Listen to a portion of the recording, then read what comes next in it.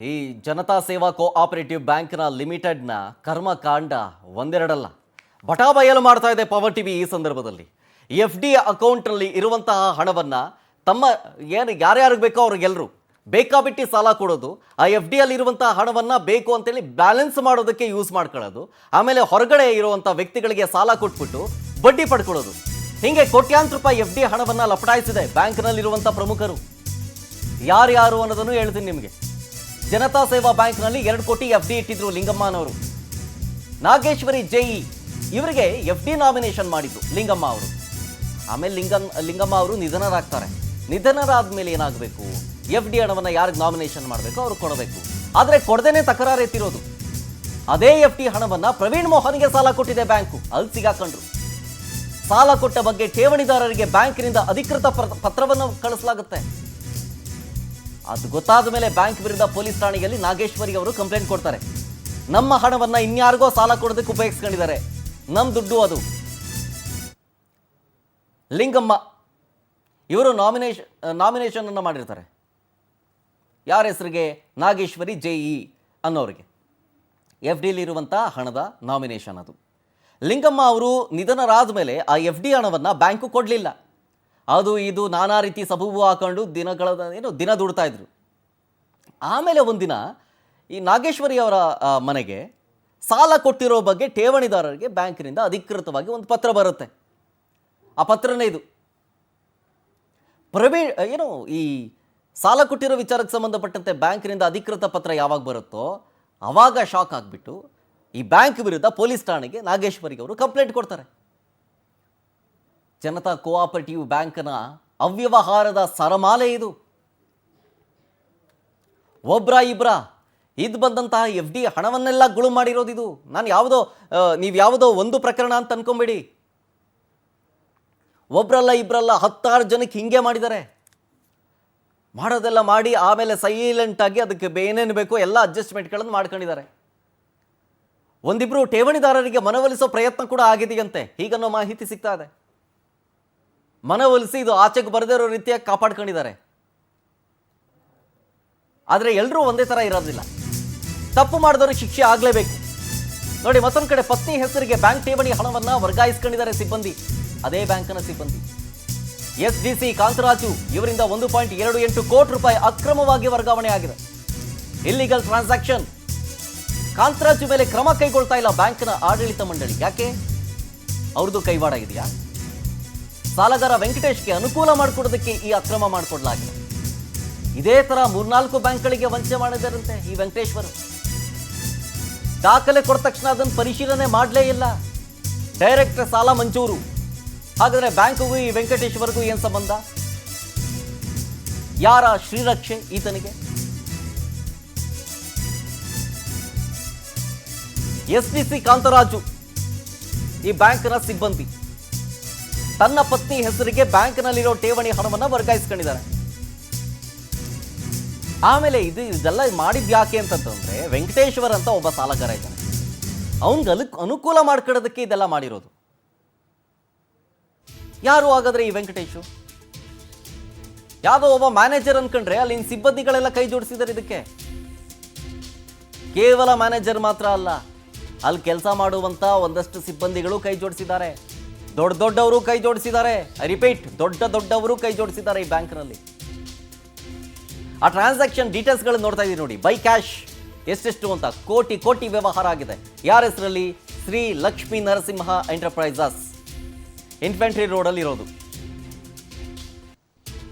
ದಾಖಲೆಗಳನ್ನು ಕೊಡ್ತಾರೆ ಒಂದಷ್ಟು. ಆ ದಾಖಲೆಗಳ ಜೊತೆಗೆ ಫೇಕ್ ಡಾಕ್ಯುಮೆಂಟ್ಸ್ಗಳನ್ನು ಕ್ರಿಯೇಟ್ ಮಾಡಿಕೊಡ್ತಾರೆ. ಆ ಡಾಕ್ಯುಮೆಂಟ್ಸ್ಗಳನ್ನ ಪರಿಶೀಲನೆ ಮಾಡದೇ ಇಲ್ಲ. ಪರಿಶೀಲನೆ ಮಾಡದೇನೆ ಕೋಟಿ ಹಣವನ್ನು ಟ್ರಾನ್ಸ್ಫರ್ ಮಾಡಲಾಗುತ್ತೆ. ಇದು ಇಲ್ಲಿಗಲ್ ಟ್ರಾನ್ಸಾಕ್ಷನ್.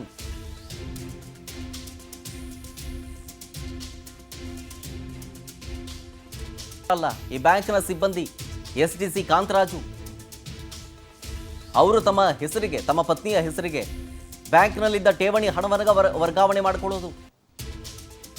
ಜನತಾ ಸೇವಾ ಕೋಆಪರೇಟಿವ್ ಬ್ಯಾಂಕ್ನಲ್ಲಿ ಅಕ್ರಮಗಳ ಸರಮಾಲೆ ಹೆಂಗಿದೆ ಅನ್ನೋದು ನೋಡಿದಿರಿ. ಈ ಬ್ಯಾಂಕ್ನಲ್ಲಿ ನೀವು FD ಇಟ್ಕೊಂಡಿದ್ರೆ ನೋಡ್ಕೊಳ್ರಪ್ಪ, ಹುಷಾರು. ನಿಮ್ಮ FD ಖಾತೆಯಲ್ಲಿರುವಂಥ ಹಣಕ್ಕೂ ಏನಾದ್ರು ಕನ್ನ ಹಾಕಿದಾರ ನೋಡ್ಕೊಳ್ಳಿ. ಈಗಲೇ ಹೋಗಿ ಚೆಕ್ ಮಾಡಿಸ್ಕೊಳ್ಳಿ ನಿಮ್ಮ ಎಫ್ ಡಿಲಿ ದುಡ್ಡು ಸೇಫ್ ಆಗಿದೆಯಾ ಇಲ್ವಾ ಅಂತ. ಕೋಆಪರೇಟಿವ್ ಬ್ಯಾಂಕು ಏನೋ ಬಡ್ಡಿ ಗಿಡ್ಡಿ ಜಾಸ್ತಿ ಕೊಡ್ತಾರೆ ಅನ್ನೋ ಒಂದು ಆಸೆಯಲ್ಲಿ ಏನೋ ಒಂದು ಇಟ್ಟಿರ್ತಾರೆ ಎಫ್ ಡಿ ಹಣವನ್ನು. ಇವರು ಹಂಗೆ ಅಪ್ರೋಚ್ ಮಾಡಿರ್ತಾರೆ, ಬಿಟ್ಟಿರ್ತಾರೆ ಇವರು ಬ್ಯಾಂಕು. ಇಲ್ಲಿ ಬ್ಯಾಂಕ್ನದ್ದು ತಪ್ಪೋ ಅಥವಾ ಬ್ಯಾಂಕ್ನಲ್ಲಿ ಕೆಲಸ ಮಾಡ್ತಿರುವಂಥ ಸಿಬ್ಬಂದಿಗಳ ತಪ್ಪೋ ಗೊತ್ತಿಲ್ಲ. ಬಟ್ ಮೇಲ್ನೋಟಕ್ಕೆ ಮಾತ್ರ ಎಲ್ಲರೂ ಕೈ ಜೋಡಿಸಿರೋದು ಕಾಣಿಸ್ತಾ ಇದೆ. 9.20 ಕೋಟಿ ರೂಪಾಯಿ ಸಾಲ ಪಡೆದಿರೋದು ಈ ವೆಂಕಟೇಶ್ ಹೇಳಿದ್ನಲ್ಲ ಈಗಷ್ಟೇ. ಈ ವೆಂಕಟೇಶ್ ಅನ್ನೋನು ರಾಘವೇಂದ್ರ ರಾವ್ ಸಾಲಕ್ಕಾಗಿ ಖಾತ್ರಿಯಾಗಿ ಬಿಡಿಎ ಸೈಟ್ ಅನ್ನು ದಾಖಲೆ ಕೊಟ್ಟಿದ್ದಾರೆ ಉದ್ಯಮಿಗಳು.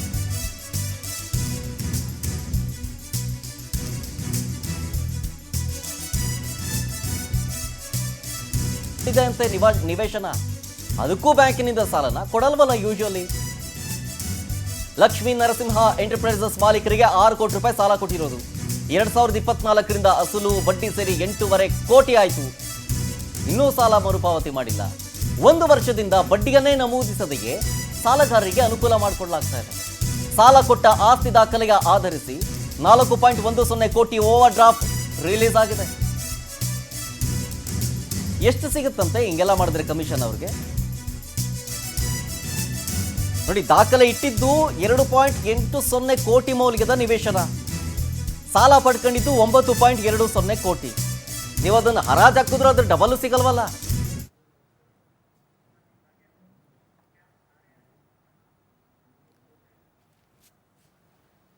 ನೋಡಿ, ಇವರು ಬ್ಯಾಂಕ್ನ ಮುಖ್ಯ ಕಾರ್ಯನಿರ್ವಹಣಾಧಿಕಾರಿ ಶ್ರೀಮತಿ ಭಾಗ್ಯ ಎನ್.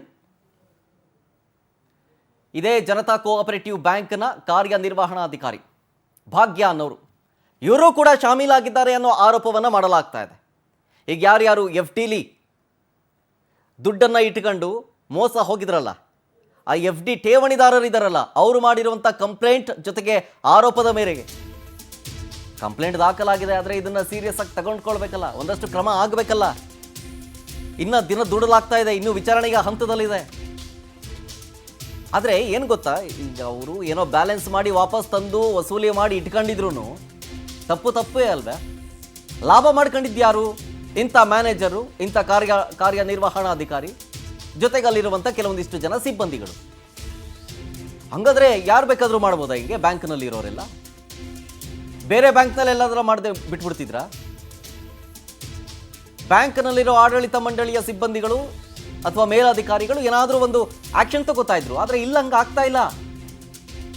10 ವರ್ಷದಿಂದ ಆರೋಪ ಮಾಡಲಾಗ್ತಾ ಇದೆ ಹೊರತು ಅದಕ್ಕೆ ಕ್ರಮ ಅಂತೂ ಆಗಿಲ್ಲ. ಆಡಿದ್ದೇ ಆಟ. ನಿವೇಶನಗಳ ನಕಲಿ ದಾಖಲೆಗಳಿಗೂ ಬ್ಯಾಂಕ್ ಸಾಲ ಮಂಜೂರಾಗುತ್ತೆ. ಕಳ್ಳರಿಗೆ ಒಂದು ದೊಡ್ಡ ಇದೇ ಸಿಕ್ಕದಂಗಾಯ್ತು ನೋಡಿ. ಎಲ್ಲೆಲ್ಲೋ ಬ್ಯಾಂಕ್ ಸಾಲ ಪಡ್ಕೊಳ್ಳೋದಕ್ಕೆ ನಿವೇಶನದ ನಕಲಿ ದಾಖಲೆಗಳನ್ನ ಕೊಡ್ತಾ ಇದ್ರು, ಸಿಗಾಕೊಳ್ತಾ ಇದ್ರು. ಇಲ್ಲಾದ್ರೂ ಬಂದು ಕೊಟ್ಟಿದ್ರೆ ಅವರು ಏನೋ ಅಡ್ಜಸ್ಟ್ಮೆಂಟ್ ಮಾಡ್ಕೊಂತಿದ್ರ ಅಂತ. ಎಲ್ಲರೂ ಕಳ್ರೆ. ಬಿಡಿಯ ಪಾರ್ಕ್ಗೆ ಸೇರಿದ 3 ನಿವೇಶನಗಳ ನಕಲಿ ದಾಖಲೆಯನ್ನ ಸೃಷ್ಟಿ ಮಾಡಿ ಅದನ್ನು ಅಡ ಇಟ್ಟು ಸಾಲ ಪಡ್ಕೊಂಡಿರೋದು ಬೇರೆ ಯಾರು ಅಲ್ಲ, ಸಿಇಒ. ಜನತಾ ಬ್ಯಾಂಕ್ನಲ್ಲಿ ಸಿಇಒ ಆಗಿದ್ದಾರೆ ಭಾಗ್ಯ. ಅವರಿಂದನೇ ವಂಚನೆ. ಬ್ಯಾಂಕ್ ಅಧ್ಯಕ್ಷರ ಅಣ್ಣನ ಮಗಳಾಗಿದ್ದಾರೆ ಸಿಇಒ ಭಾಗ್ಯ.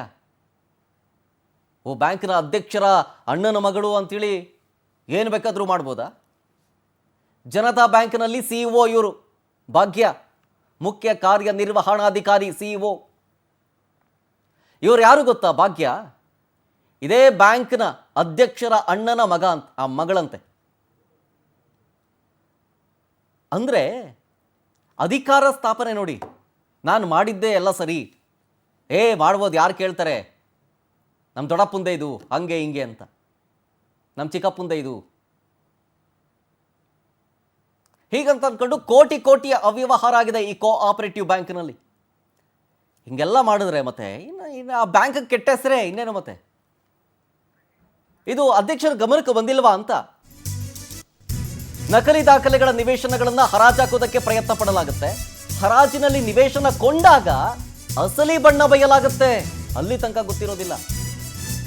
ಯಾರೋ ವೈದ್ಯರೊಬ್ಬರಿಗೆ ನಕಲಿ ದಾಖಲೆಗಳ ನಿವೇಶನವನ್ನ ಮಾರಾಟ ಮಾಡಲಾಗುತ್ತೆ. ಆಮೇಲೆ ವೈದ್ಯರು ಸುಮ್ಮನೆ ಬಿಟ್ಬಿಡ್ತಾರಾ?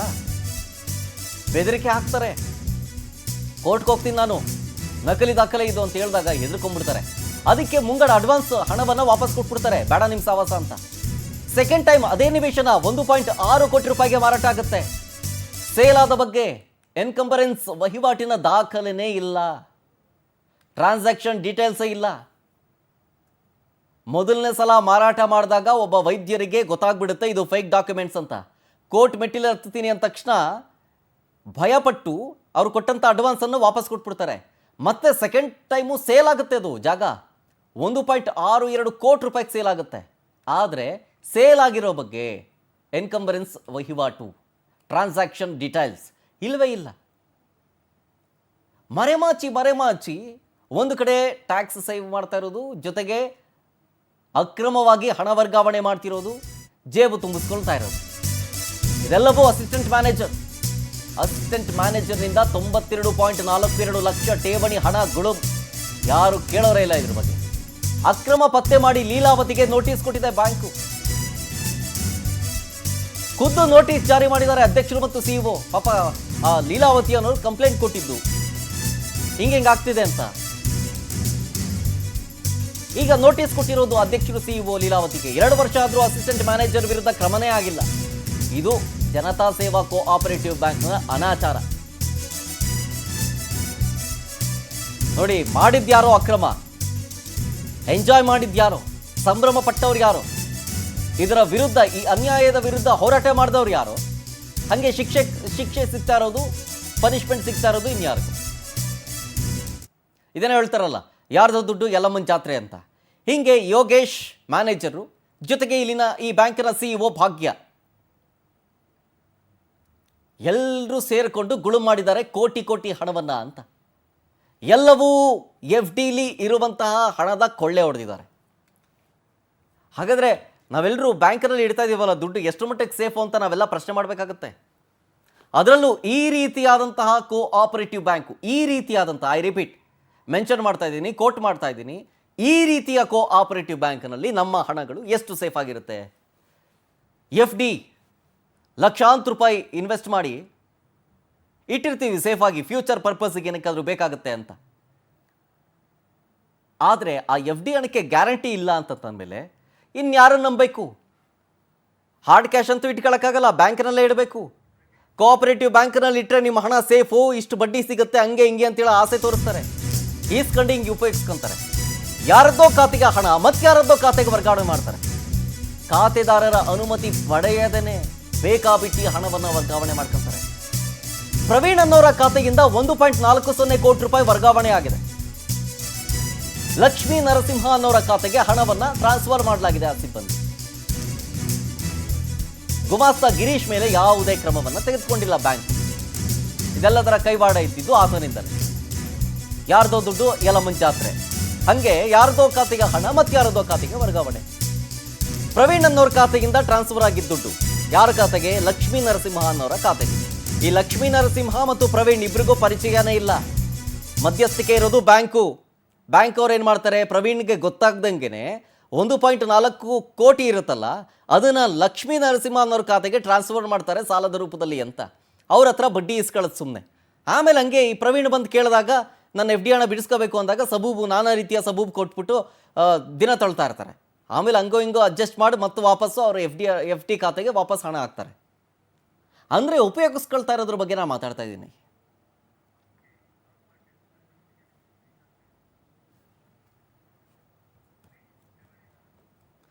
ನೋಡಿ, ಈ ವಿಚಾರಕ್ಕೆ ಸಂಬಂಧಪಟ್ಟಂತೆ ಠೇವಣಿದಾರರು ಜೊತೆಗೆ ಅಲ್ಲಿನ ಬ್ಯಾಂಕ್ ಸದಸ್ಯರು ಇಬ್ಬರೂ ಕೂಡ ಮಾತನಾಡಿದ್ದಾರೆ. ಈ ಜನತಾ FD ಖಾತೆ ಹಿಂಗೆಲ್ಲ ಆಗ್ತಾ ಇತ್ತು, ಏನೆಲ್ಲ ಆಗ್ತಾ ಇತ್ತು ಅಂತೇಳಿ ಠೇವಣಿದಾರರು ಕೂಡ ಮಾತನಾಡಿದ್ದಾರೆ. ಅವರಿಬ್ರು ಏನೇನು ಮಾತಾಡಿದ್ದಾರೆ ಬನ್ನಿ ತೋರಿಸ್ತೀನಿ. ಇವಾಗ ಇನ್ನೊಂದು ಹಗರಣ ಏನು, ಮತ್ತೊಂದು ಹಗರಣ ಏನು ಅಂತಂದ್ರೆ, ಜನತಾ ಸೇವಾ ಕೋಆಪರೇಟಿವ್ ಬ್ಯಾಂಕ್ದು ರಾಘವೇಂದ್ರ ರಾವ್ ಅನ್ನೋರಿಗೆ 2,20,00,000 ಬೆಳೆ ಬಾರಂತ ಜಾಗಕ್ಕೆ ಇವರು 14 ಕೋಟಿ ಲೋನ್ ಕೊಟ್ಟಿದ್ದಾರೆ. ಆದರೆ ಇದು ಲೋನ್ ಬರೋಕ್ಕೆ ಈ ಬಫರ್ ಝೋನಲ್ಲಿ ಇರೋ ಜಾಗ ಸಿಇಒ ಭಾಗ್ಯ ಮತ್ತು ಮ್ಯಾನೇಜರ್ ಯೋಗೇಶ್ ಅವರಿಂದ 3 ನಿವೇಶನಕ್ಕೆ ಅಕ್ರಮ ಸಾಲ 1,70,00,000, 1,20,00,000, 1,70,00,000 ಸಾಲ ನೀಡಿದ್ದಾರೆ. ಇವಾಗ ಇನ್ನೊಂದು ಹಗರಣ ಏನು, ಮತ್ತೊಂದು ಹಗರಣ ಏನು ಅಂತಂದ್ರೆ, ಜನತಾ ಸೇವಾ ಕೋಆಪರೇಟಿವ್ ಬ್ಯಾಂಕ್ದು ರಾಘವೇಂದ್ರ ರಾವ್ ಅನ್ನೋರಿಗೆ 2,20,00,000 ಬೆಳೆ ಬಾರಂತ ಜಾಗಕ್ಕೆ ಇವರು 14 ಕೋಟಿ ಲೋನ್ ಕೊಟ್ಟಿದ್ದಾರೆ. ಆದರೆ ಇದು ಲೋನ್ ಬರೋಕ್ಕೆ ಈ ಬಫರ್ ಝೋನಲ್ಲಿ ಇರೋ ಜಾಗ CEO ಭಾಗ್ಯ ಮತ್ತು ಮ್ಯಾನೇಜರ್ ಯೋಗೇಶ್ ಅವರಿಂದ 3 ನಿವೇಶನಕ್ಕೆ ಅಕ್ರಮ ಸಾಲ 1,70,00,000, 1,20,00,000, 1,70,00,000 ಸಾಲ ನೀಡಿದ್ದಾರೆ. ಜನತಾ ಸೇವಾ ಕೋಆಪರೇಟಿವ್ ಬ್ಯಾಂಕ್ನಲ್ಲಿ 100 ಕೋಟಿ ಹಗರಣಗಳಾಗಿದೆ. ಅದರಲ್ಲಿ ನೋಡಿ, ಈಗ ಒಬ್ಬರು ಸುರೇಂದ್ರನಾಥ ರೆಡ್ಡಿ ಅನ್ನೋರಿಗೆ 50 ಲಕ್ಷ ಲೋನ್ ಕೊಟ್ಟಿದ್ದಾರೆ. ಯಾವುದ್ರ ಮೇಲೆ ಕೊಟ್ಟಿದ್ದಾರೆ ಅಂದರೆ application for loan against deposit ಅಂತ ಒಂದು ಅಪ್ಲಿಕೇಶನ್ ಇದೆ. ಇದರಲ್ಲಿ FD ಮಾಡಿರೋರು ರಾಮಕೃಷ್ಣಪ್ಪ ಅನ್ನೋರು 54 ಲಕ್ಷ FD ಇಟ್ಟಿದ್ದಾರೆ.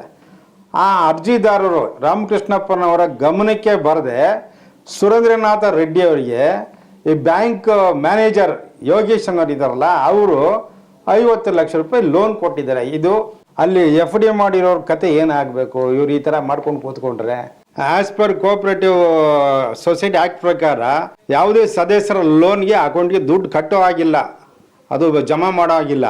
ಆದರೆ ಇಲ್ಲಿ ಜನತಾ ಸೇವಾ ಕೋಆಪರೇಟಿವ್ ಬ್ಯಾಂಕ್ನಲ್ಲಿ ಈ ನಿರ್ದೇಶಕರು ಮತ್ತು ಅಧ್ಯಕ್ಷರು ಸಾಲಗಾರರ ಲೋನ್ಗೆ ಇವರು ಅಮೌಂಟ್ ಇವರು SB ಅಕೌಂಟಿಂದ ಅವ್ರ ಸಾಲಗಾರರ ಖಾತೆಗೆ ಜಮಾ ಮಾಡ್ತಾ ಇದ್ದಾರೆ. ಹೆಂಗ್ ಮಾಡ್ತಾರೆ ಇದು? ಇದ್ರ ಬಗ್ಗೆ ಏನು ಕ್ರಮ? ಇವ್ರಿಗೆ ಬಡ್ಡಿ ವಸೂಲಿ ಮಾಡ್ಕೋತಾರ ಅವ್ರ ಹತ್ರ. ನಮ್ಮ ಸ್ನೇಹಿತರು ತಾಯಿಯವರು ಲಿಂಗಮ್ಮ ಅಂತ ಜನವರಿ 2020ರಲ್ಲಿ ನೋಡಿ, ಇದು ಇಲ್ಲಿನ ಬ್ಯಾಂಕ್ ಸದಸ್ಯರು ಜೊತೆಗೆ ಅಲ್ಲಿನ ಠೇವಣಿದಾರರು ಇಬ್ಬರ ಹೇಳಿಕೆಗಳು. ಸುಮಾರು 10 ವರ್ಷಗಳಿಂದಲೂ ಹಿಂಗೆ ಆಗ್ತಾ ಇದೆ. ಅಲ್ಲಿನ ಮ್ಯಾನೇಜರು ಮತ್ತು ಅಲ್ಲಿನ CEO ಇವರಿಬ್ಬರ ಸಮ್ಮುಖದಲ್ಲೇ ಎಲ್ಲವೂ ಆಗಿದೆ. ಕೋಟಿ ಕೋಟಿ ವ್ಯವಹಾರ ಇದು. ಯಾರ್ದೋ FD ದುಡ್ಡನ್ನು ಮತ್ತಿನ್ಯಾರಿಗೋ ಇದೆ ಅಂತ ತೋರಿಸ್ಬಿಟ್ಟು ಲೋನ್ ಕೊಡೋದವ್ರಿಗೆ. ಆ ರೀತಿಯಾಗಿ ಈ ಕೋಆಪರೇಟಿವ್ ಒಂದು ಕಾನೂನಲ್ಲಿ ಅದು ಇಲ್ಲವೇ ಇಲ್ಲ ಅಂತೇಳಿ ಅಲ್ಲಿನ ಸದಸ್ಯರೇ ಹೇಳ್ತಾ ಇದ್ರು ಈಗ. ಸೊ ಅಲ್ಲಿಗೆ ಈ ಭಾಗ್ಯ ಮತ್ತು ಮ್ಯಾನೇಜರ್ ಯೋಗೇಶ್ ಇವರಿಬ್ಬರ ಮೇಲೇ ಕಣ್ಣು. ಇದಕ್ಕೆ ಸಂಬಂಧಪಟ್ಟಂತೆ ಕಂಪ್ಲೇಂಟ್ ಕೊಟ್ಟರು ಕೂಡ ಇನ್ನೂ ತನಿಖಾ ಹಂತದಲ್ಲಿದೆ. ಆದರೆ ಒಬ್ಬ ಕೋಆಪರೇಟಿವ್ ಬ್ಯಾಂಕ್ನಲ್ಲಿರುವಂಥ ದೊಡ್ಡ ದೊಡ್ಡ ಹುದ್ದೆ CEO ಜೊತೆಗೆ ಮ್ಯಾನೇಜರು, ಅಧ್ಯಕ್ಷರು, ಅವರ ಶ್ರೀರಕ್ಷೆ ಇದೆ ಅಂತ ಹೇಳಲಾಗ್ತಾ ಇದೆ. ಜೊತೆಗೆ ಅವ್ರ ಹಿಂದ್ಗಡೆ ಯಾರು ಪೊಲಿಟಿಕಲ್ ಲೀಡರ್ಸ್ಗಳಿದ್ದಾರೋ ಗೊತ್ತಿಲ್ಲ. ಇದು ಹಳ್ಳ ಹಿಡಿಬಾರ್ದು ಅನ್ನುವಂಥದ್ದೇ ಠೇವಣಿದಾರರ ಒಂದು ಆಶಯ. ಬಟ್ ಇದಕ್ಕೆ ಸಂಬಂಧಪಟ್ಟಂತೆ ಈಗಾಗಲೇ ಕಂಪ್ಲೇಂಟ್ ಕೂಡ ದಾಖಲಾಗಿದೆ. ಇಲ್ಲಿ ಸಹಕಾರ ಸಚಿವರ ಸೈನ್ ಕೂಡ ಆಗಿದೆ. ಉತ್ತರ ಮತ್ತು ಪ್ರಶ್ನೆಗಳನ್ನು ಕೂಡ ಕೇಳಲಾಗಿದೆ. ಆದರೆ ತನಿಖಾ ಹಂತದಲ್ಲಿದೆ ಅನ್ನೋದು ಮಾತ್ರ ಸಿಕ್ಕಿದೆ. ಈಗ ನೋಡೋಣ ತನಿಖೆಯಲ್ಲಿ ಏನಾಗುತ್ತೆ ಅಂತೇಳಿ. ಬಟ್ ಏನೇ ಆದರೂ ತಪ್ಪಿತಸ್ಥರಿಗೆ ಶಿಕ್ಷೆ ಆಗಲೇಬೇಕು ಅನ್ನುವಂಥ ಆಗ್ರಹ ಠೇವಣಿದಾರರದು. ನೋಡೋಣ ಮುಂದೆ ಏನಾಗುತ್ತೆ ಅಂತ ಈ ವಿಚಾರಕ್ಕೆ ಸಂಬಂಧಪಟ್ಟಂತೆ.